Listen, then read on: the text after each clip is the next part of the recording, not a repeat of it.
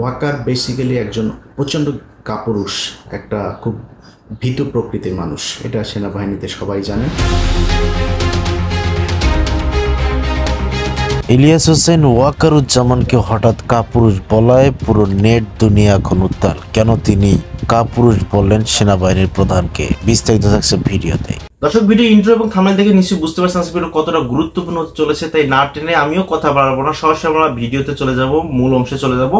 এবং আপনারা ছোটখাটো একটা রিকোয়েস্ট থাকবে, ধৈর্য সহকারে পুরো ভিডিওটি দেখুন। চ্যানেলটি নতুন হলে অবশ্যই চ্যানেলটিকে সাবস্ক্রাইব করবেন, নোটিফিকেশনটা অন করবেন নিত্য নতুন সকল আপডেটগুলো পাওয়ার জন্য। চলুন আমরা ভিডিওটি দেখেন।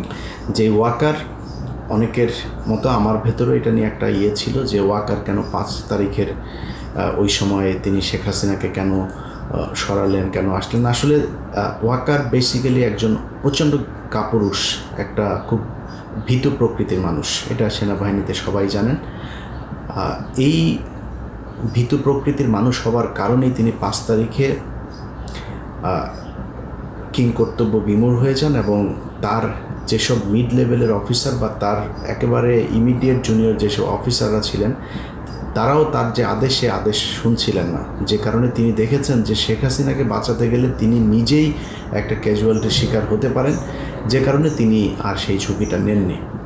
এই কারণে শেখ হাসিনার কাছে তার নানানভাবে কথাও শুনতে হয়েছে। এরপরেও তার সাথে শেখ হাসিনার অনেকবার কথা হয়েছে, সেখানেও তিনি ইনিয়ে বিনিয়ে শেখ হাসিনাকে আবার ফের কীভাবে দেশে আনা যায়, যতটুকু আওয়ামী লীগকে কম ড্যামেজ করা যায় সেই চেষ্টাটা তিনি করে যাচ্ছেন, এখনও করছেন। কিছুদিন আগে হাসনাত ওয়াকারের ব্যাপারে যে কথা বলেছেন, সেই কথাটা একেবারে দায়িত্ব নিয়ে বলছি, 100% সত্য। পরবর্তীতে সার্জিস যেই বক্তব্য দিয়েছে, সেই বক্তব্যটা হচ্ছে ওয়াকারকে বাঁচানোর জন্য সার্জিস, সেটা তিনি চাপে পড়ে হোক, জীবনের ভয়ে হোক, কিংবা কোনো স্বার্থের কারণে হোক, বা পরিস্থিতিটাকে শান্ত করার জন্য হোক, তিনি আবার সেনাবাহিনীর পক্ষে একটা পোস্ট দিয়ে পরিস্থিতিটা শান্ত করেছেন।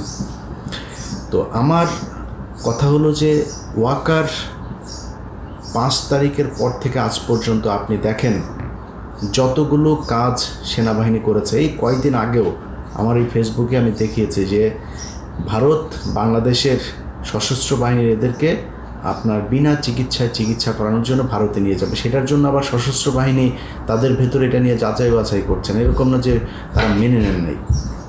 অতএব ওয়াকার বেসিক্যালি একটা ভারতীয় একজন সেনাপ্রধান, বাংলাদেশের সেনাবাহিনীর দায়িত্ব পালন করছে, এর বাইরে কোনো কিছু আমি মনে করি না। কালকের যে তথ্য প্রমাণ আমি পেয়েছি, সেই তথ্য প্রমাণ অনুযায়ী গেল কয়েকদিনের ভেতরে যিনি কিনা শেখ হাসিনার দুঃসম্পর্কের চাচা, তাকে 15,000 কোটি টাকার কাজ দিয়েছে এই ওয়াকার।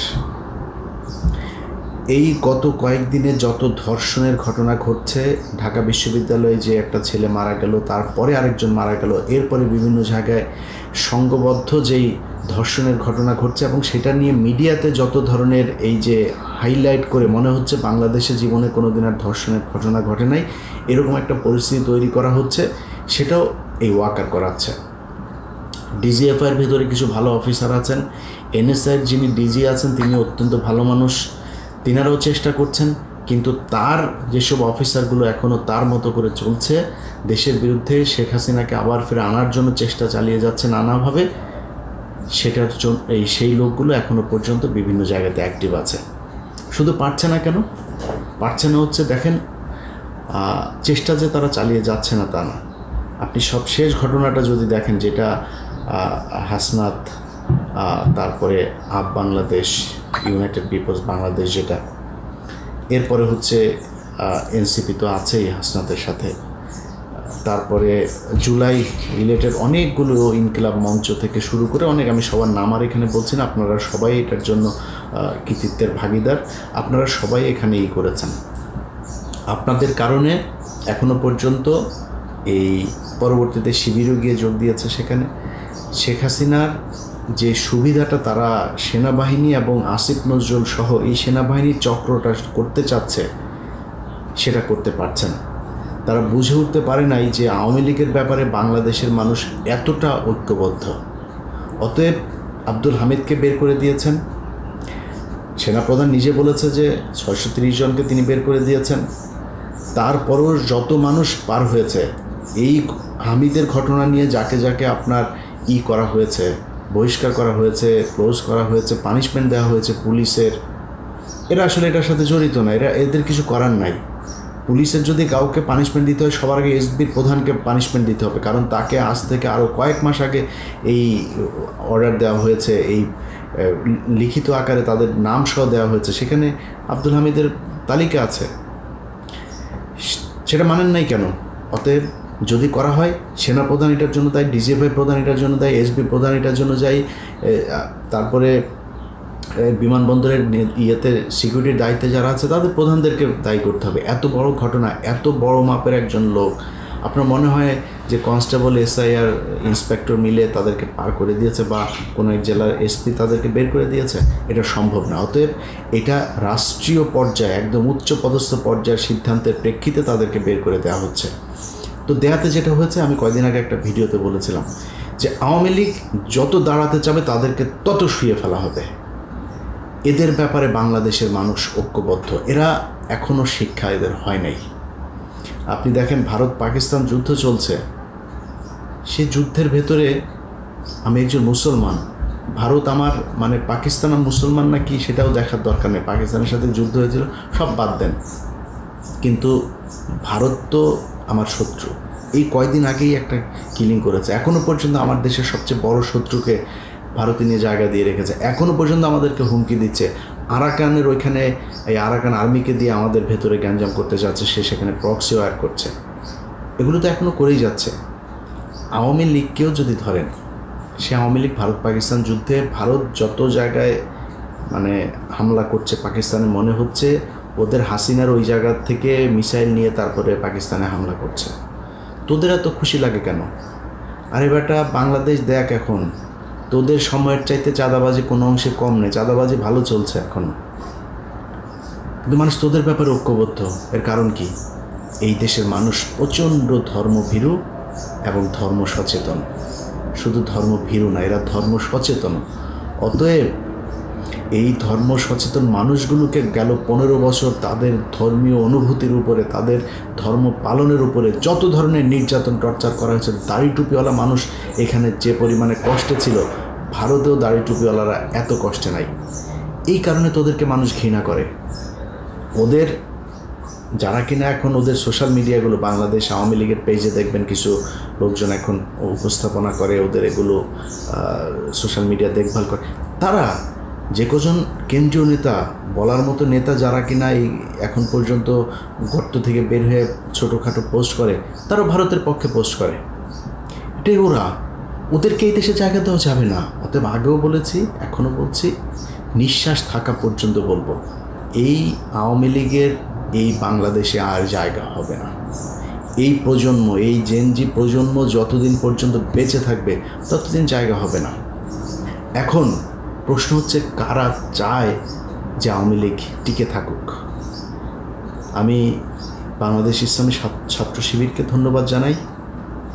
জামায়াত ইসলামের আমিরও দেখেছি সব শেষ গিয়ে সেখানে বক্তব্য দিয়েছেন গতকাল রাতে, আপনাদেরকে ধন্যবাদ জানাই। দেখেন, একটা বিষয় পরিষ্কার করি, আওয়ামী লীগ এই গেল 15 বছরে বিএনপি এবং জামাত দুই দলের উপরে সমান নির্যাতন করেছে। এই দলগুলোর ভেতরে যারাই ভারতের বিরোধিতা করেছে, যারাই অরিজিনাল দেশপ্রেমিক, ভারতের সাথে আঁতাত করে চলতে চায়নি, তাদের কাউকে তারা ছাড় দেন। এমনকি বিএনপির সর্বোচ্চ নেত্রী, তাকে পর্যন্ত তারা জেলখানায় ঢুকিয়েছে। এটাই তো করেছে এই আওয়ামী লীগ গত। অতএব আমরা অনেক দূরে ছিলাম। হ্যাঁ, আপনাদের ভাষায় আমরা কিছুই না, আমরা অবশ্যই কিছুই না। আমরা দেশে থেকে ভাই যুদ্ধ করতে পারি নাই, আপনাদের মতো লড়াই করতে পারি নাই, গুম হইতে পারি নাই, জেলে যাইতে পারি নাই, অবশ্যই। কিন্তু আমি আসলে একজন সংবাদকর্মী। আমার বাংলাদেশ ছাড়তে হয়েছে এই আওয়ামী লীগের বিরুদ্ধে কথা বলে। 14 নির্বাচনে আমার ভূমিকা কী ছিল সেটা বাংলাদেশের মানুষ জানে। তারপরেও আমার ভূমিকা কখন কী ছিল সবাই জানেন। আমি সেই সময় থেকে এখন পর্যন্ত সেই জায়গাতেই আছি। বাট আপনারা যারা মাঠে থেকে যুদ্ধ করেছেন, লড়াই করেছেন, আপনাদের প্রতি রেসপেক্ট। আমরা যেতে পারি নাই, কিন্তু বিশ্বাস করেন, বিএনপি এবং জামায়াত, আপনারা যেইখানে যখন নির্যাতনের শিকার হয়েছেন, ভিডিওতে দেখেছি যে আপনাদেরকে মারছে, আমার বুকে ব্যথা লেগেছে। আমার ভাইকে মারলে যেমন লাগতো, আপনার গায়ে হাত তোলার সেই দৃশ্যগুলো দেখে আমাদের ঠিক একই রকম কষ্ট লেগেছে। আপনারা নিয়ে বাজে কথা বলবো কেমনে বলেন? এই যে জামাত ইসলামের আমির, তারে প্রচণ্ড বাজে ভাষায় কথা বলেছে। ভাই, এই লোক আমার জীবনে, আমি যদি এই লোকের চরও মারি, এই লোক কোনদিন আমার বাজে ভাষায় কথা বলবে না। এই প্রচণ্ড রকমের ডিপ্লোম্যাটিক একটা লোক। সেটা ভালো মনে করেন, খারাপ মনে করেন, যাই করেন, সে কৌশলগতভাবে অত্যন্ত নরম মনের একজন মানুষ। আমাকে অন্তত 5 বার সে কল করেছে, আমার স্ত্রীর সাথে পর্যন্ত কথা বলেছে সে। তো এখন এই মানুষটার ব্যাপারে আমি কি ভাষায় কথা বলেছি? আপনি মনে করেন না যে ওনার প্রতি আমার বোধহয় খুব ক্ষোভ? আমার বাবাকে বললে যতটুকু কষ্ট পেতাম, জামাত ইসলামের আমিরকে পেয়ে ঠিক ততটুকুই কষ্ট পেয়েছে, ভেতরে ভেতরে কষ্ট পেয়েছে। কিন্তু বলতে হয়েছে। কেন বলতে হয়েছে জানেন? কারণ এই ভুল যেন ভবিষ্যতে জামাত ইসলামের কেউ করার সাহস না পায়, এই জন্যই করা হয়েছে। তো আপনারা বিএনপি বলেন আর জামাত বলেন, আপনাদের জন্য আমরা কষ্ট পেয়েছি। আপনাদের ওই নির্যাতন দেখে আমরাও একই রকম কষ্ট আমাদের ভেতরে হয়েছে। হয়তো শারীরিক সেই কষ্টটা পাইনি, কিন্তু মানসিকভাবে নিজেরা প্রচণ্ড রকমের বিধ্বস্ত থাকতাম। এটা আমি একা না, এই বাংলাদেশের বাইরে যারা বিদেশে ছিল অনেক মানুষ, আপনাদের চাইতে বেশি সোশ্যাল মিডিয়াতে বসে বসে আমরা দেখতাম এগুলো। দর্শক, ভিডিওটি দেখার পর আপনাদের কি মন্তব্য সেটা আমাদের কনভারসেশন। বর্তমান বাংলাদেশের যে অবস্থা চলতেছে সেই ব্যাপারগুলো নিয়ে আপনাদের কি মন্তব্য, এবং বক্তব্যগুলো তো দেখলেন, সে ব্যাপার নিয়ে আপনাদের কোন বিষয়টা মনে হয়েছে যে আসলে মানুষের জানা দরকার, আর সেটাই আপনারা কমেন্ট বক্সে জানিয়ে দিন। আজকের ভিডিও এই পর্যন্তই। চ্যানেল নতুন হলে সাবস্ক্রাইব করুন, বন্ধু হয়ে পাশে থাকুন। আল্লাহ হাফেজ।